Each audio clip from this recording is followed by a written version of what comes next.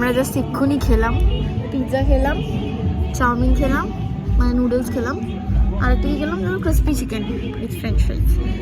কিন্তু আমি শুনেছি যে এখানে পিৎজাটা খুব ভালো, এটা হচ্ছে গডফাদার, তাই এখানে পিৎজাটা ট্রাই করতে খুব ইচ্ছা করছিল, তাই পিৎজা খেতে again within 30 minutes maybe.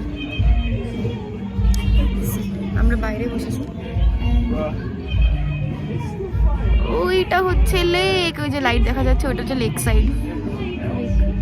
Actually Pokhara জায়গাটা অনেক বেশি ভালো, কাঠমান্ডু সুন্দর ছিল বাট পোখরাটা অনেক বেশি সুন্দর, ভাইব আছে, আরে ভাইব আছে। হ্যাঁ আমাদের খুব ভালো লেগেছে পোখরাটা।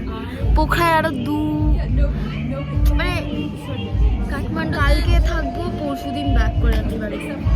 পোখরাটা আমাদের খুব ভালো লেগেছে, সুন্দর। পোখরাটা আর একদিন থাকলে